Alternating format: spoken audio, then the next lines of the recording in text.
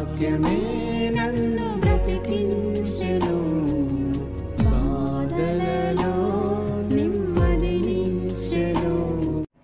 అనుదిన ఆత్మీయమన్న కార్యక్రమానికి మీ అందరినీ ప్రేమపూర్వకంగా ఆహ్వానిస్తున్నాం. ఈ దినము ఆంధ్ర క్రైస్తవ కీర్తనల పుస్తకం నుంచి 454 పాట పాడుకుందాం. నేని వాడానైయుండగోరేదన్ యేసు ప్రియా రక్షక, నీవు చూపు ప్రేమనుగాంచితిన్ నన్ను చేర్చు నీదరిన్, నన్ను చేర్చు చేర్చు చేర్చు రక్షక, నీవు పడ్డ సిల్వాకున్, నన్ను చేర్చు చేర్చు చేర్చు రక్షక, గాయపడ్డ ప్రక్కకున్, నన్ను బ్రాతిష్టపర్చు మీనాద నీదు కృపా వల్లనే, నాదు నాత్మా నిన్ను నిరీక్షించు నీ చిత్తాంబు నాదాగున్, నన్ను చేర్చు చేర్చు చేర్చు రక్షక, నీవు పడ్డ సిల్వాకున్, నన్ను చేర్చు చేర్చు చేర్చు రక్షక, గాయపడ్డ ప్రక్కకున్, నీదు సన్నిధిలోని కానుండ నెంత తుష్టి నాకాగున్, స్నేహితునితో మాటలాడేదన్ సర్వశక్త ప్రభుతో, నన్ను చేర్చు చేర్చు చేర్చు రక్షక, నీవు పడ్డ సిల్వాకున్, నన్ను చేర్చు చేర్చు చేర్చు రక్షక, గాయపడ్డ ప్రక్కకున్, నీదు దివ్య ప్రేమాతిశయము ఇహ బుద్ధి కందదు, పరమాందునా దాని శ్రేష్టత నేనను భావించేదన్,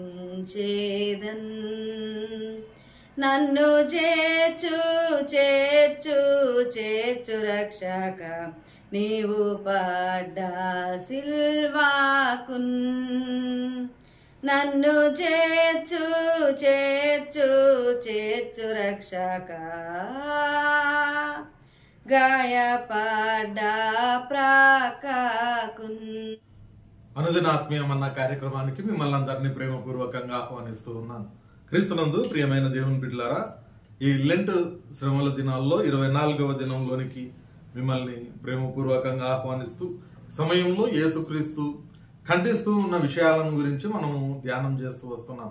అయితే ఈరోజు యేసుక్రీస్తు ఖండించినది కాకుండా ఆయన ధన్యుడని చెప్పిన ఒక విషయాన్ని మీతో పంచుకోవాలని ఆశపడుతూ ఉన్నాను. మత్తయి సువార్త 5వ అధ్యాయము 10వ వచనం నుండి 12వ వచనం వరకు ఉన్న భాగంలో మనం చూస్తే, నీతిమంతులు నీతి నిమిత్తము హింసింపబడువారు ధన్యులు, పరలోక రాజ్యము వారిది. నా నిమిత్తము జనులు మిమ్మల్ని నిందించి హింసించి మీ మీద అబద్ధంగా చెడ్డ మాటలేలా పలుకుచున్నప్పుడు మీరు ధన్యులు, సంతోషించి ఆనందించుడి, పరలోకమందు మీ ఫలము అధికమగును. ఇలాగు వారు మీకు పూర్వమందున్న ప్రవక్తలను హింసించిరి. ప్రియమైన దేవుని బిడ్డలారా, యేసుక్రీస్తు ప్రభు వారు చెప్తూ ఉన్న ఈ ధన్యతల్లో నీతి నిమిత్తము హింసింపబడువారు ధన్యులు అనే మాటను మనం ఇక్కడ చూస్తూ ఉన్నాం. ముఖ్యంగా శ్రమల దినాల్లో మనం దేవునికి దగ్గర కావడానికి ప్రయత్నం చేస్తూ ఉన్న క్రమంలో అపవాది అనేక మందిని ఉపయోగించుకొని మనల్ని దేవునికి దూరం చేయడం కొరకు అనేకమైన హింసలు, అనేకమైన శ్రమలకు మనల్ని గురి చేస్తుంది. అయినప్పటికీ మరి ముఖ్యంగా లోకరీతిగా కూడా మనం ఆలోచన చేస్తే నీతి కొరకు మనం నిలవబడినప్పుడు శ్రమలు ఖచ్చితంగా ఎక్కువగా ఉంటాయి. పాత నిబంధనలో కూడా అనేక మందిని మనం చూస్తాం.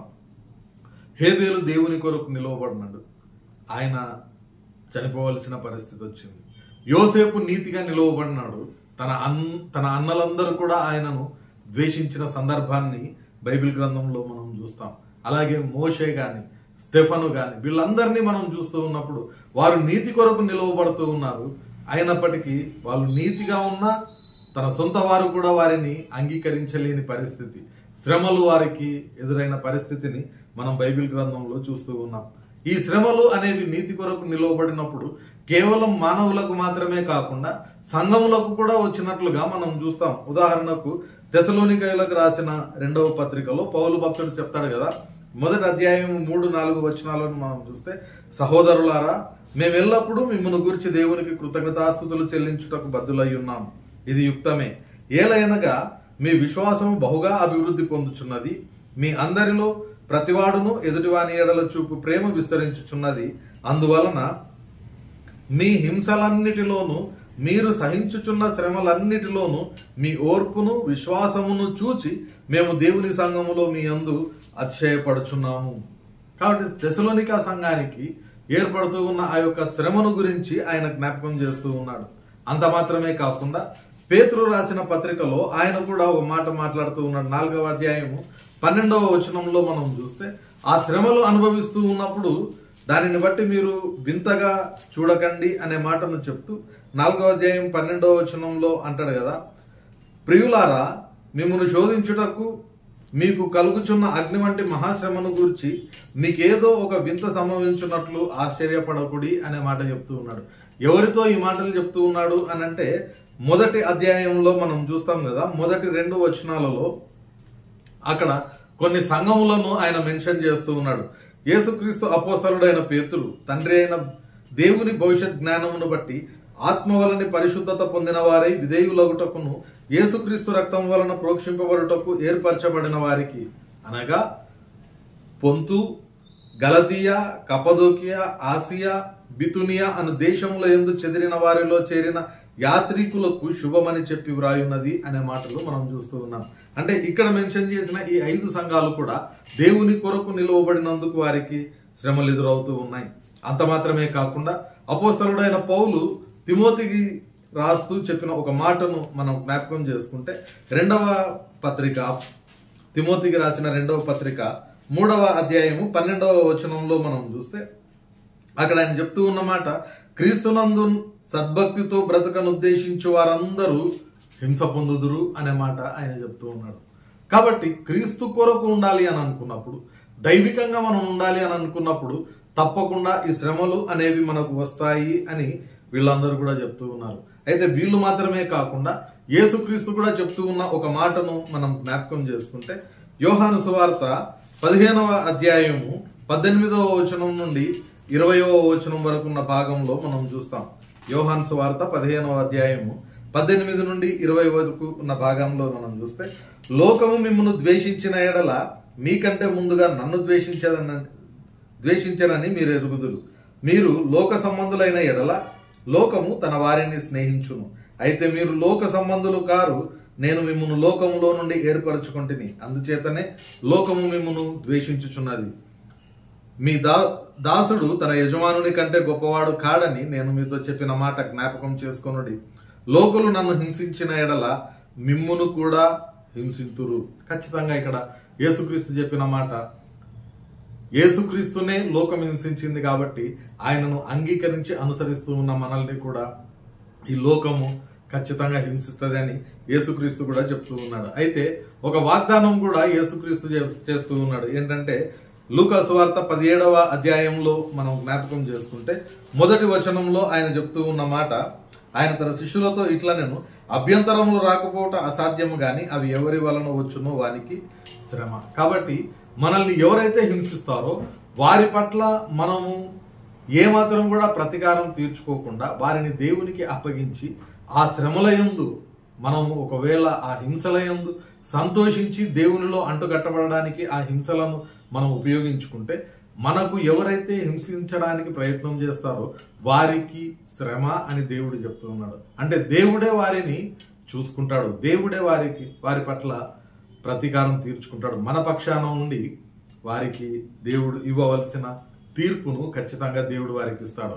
అయితే హింసింపబడుతున్న మనము ధన్యులము అని యేసుక్రీస్తు చెప్తూ ఉన్నప్పుడు ఎలా ధన్యులము అని మనం జ్ఞాపకం చేసుకుంటే మత్తయి సువార్త 5వ అధ్యాయము 10వ వచనంలోనే మనం చూస్తాం కదా, పరలోక రాజ్యము మనది, నీతి నిమిత్తము హింసింపబడువారు ధన్యులు, పరలోక రాజ్యము వారిది అనే మాటను మనం అక్కడ చూస్తూ ఉన్నాం. రెండవదిగా మనం చూస్తే ఆ హింసలు అనుభవించడం వలన కలిగే ఆశీర్వాదము అపోస్తలుల కార్యముల గ్రంథము 14వ అధ్యాయము 19వ వచనం నుండి మనం చూస్తాం.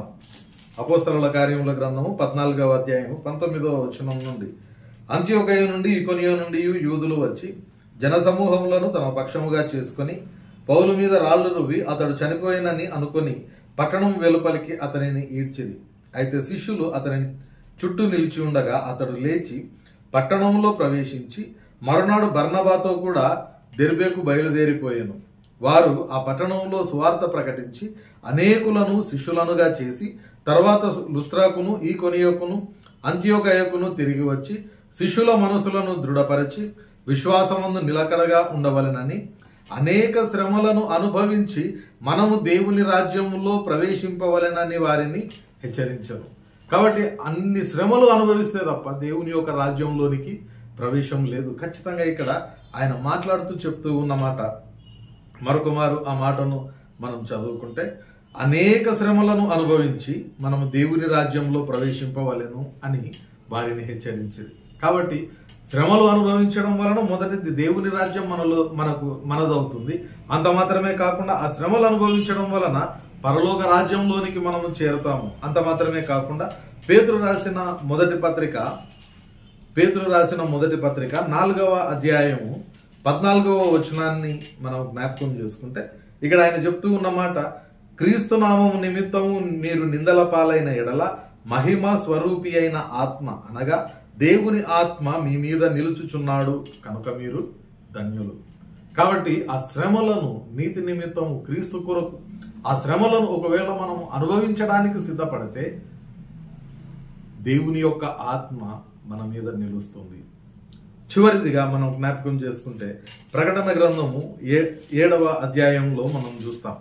ప్రకటన గ్రంథము 7వ అధ్యాయము 14వ వచనం నుండి మనం చూసుకుంటే, నేను అందుకు అయ్యా నీకే తెలియననగా అతడు ఈలాగు నాతో చెప్పాను, వీరు మహాశ్రమల నుండి వచ్చిన వారు గొర్రెపిల్ల రక్తంలో తమ వస్త్రములను ఉదుకుకొని వాటిని తెలుపు చేసుకొనిరి. అందువలన వారు దేవుని సింహాసనం ఎదుట ఉండి రాత్రింబగళ్ళు ఆయన ఆలయంలో ఆయనను సేవించుచున్నారు. సింహాసనాసీనుడైన వాడు తానే తన గుడారము వారి మీద కప్పును. వారికి ఇక మీదట ఆకలి అయినను దాహమైనను ఉండదు. సూర్యుని ఎండ అయినను ఏ వడగాలి అయినను వారికి తగులదు.